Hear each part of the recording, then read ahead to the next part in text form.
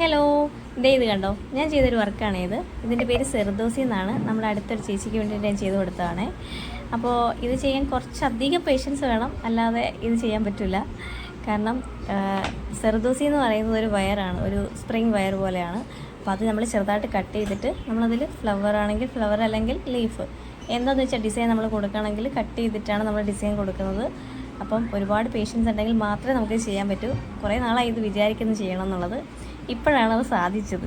പിൻട്രസ്റ്റിലും യൂട്യൂബിലൊക്കെ ഉണ്ട് ഇത് എങ്ങനെയാണ് ചെയ്യുന്നുള്ളത്. പക്ഷേ അവർ ചെയ്യുന്നത് നമ്മുടെ ആരി വർക്ക് ചെയ്യുന്ന നീഡിലിട്ടാണ് ചെയ്യുന്നത്. കൂടുതൽ അത് തന്നെയാണ് കണ്ടത്.